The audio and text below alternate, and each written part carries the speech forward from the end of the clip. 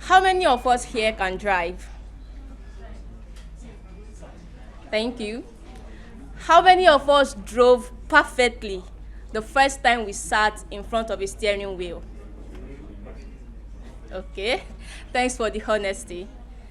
Good day, everyone. I am Elizabeth Akifenwa, and today I'll be talking on a topic titled, Confidence is a Skill, Not a Gift. And I will start by sharing my driving experience with you and the lessons it has taught me about confidence. A few years ago, I decided to learn how to drive, and I registered in a driving school.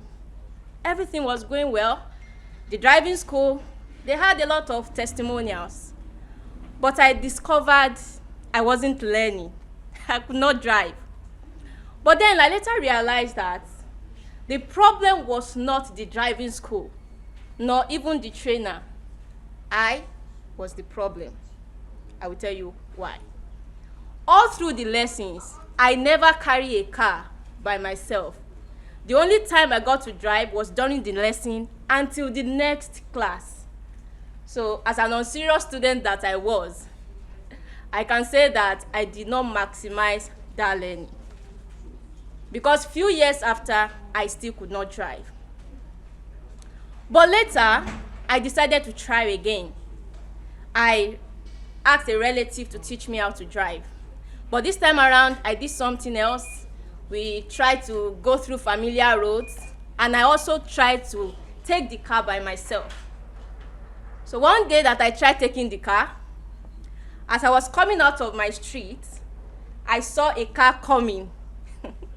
And immediately, all the things that I had been taught disappeared because I was scared and I veered the steering wheel, unfortunately, to the other side, and I crashed into the Corvette.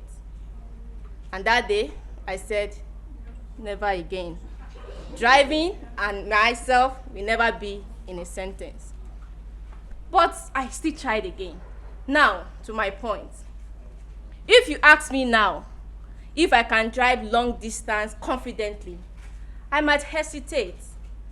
But one thing is sure, the fact that I did not get it right the first time, that does not mean I can never get it right.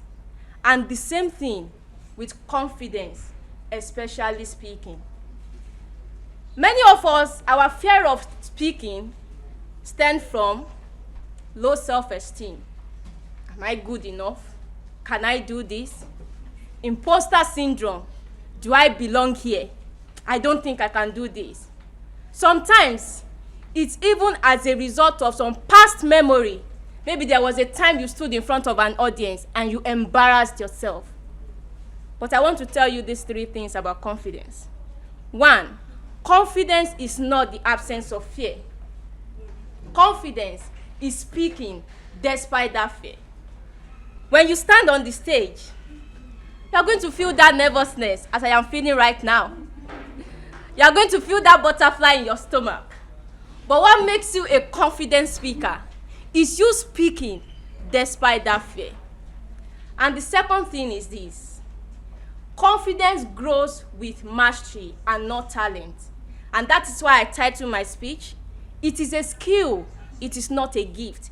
If you admire somebody speaking confidently, I can assure you, you can also do that.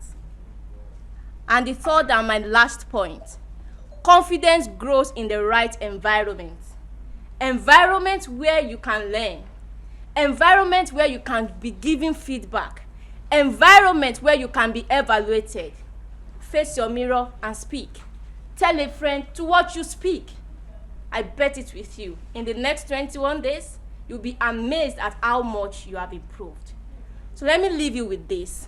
If you are here, you've tried to speak before, but it seems you are not getting it right. You've tried to own your voice and find your voice and speak in rooms that matter, but your voice still shakes. It does not mean you are not capable. It only means you are still learning. But you have to take that step. Speak up in that meeting on Monday. Share that idea with your boss on Monday. Do that presentation. Because like I said, confidence is not a gift. Confidence is a skill. And like every other skill, you can build it intentionally. Thank you. And at this point, I will pass on the mic to the next speaker.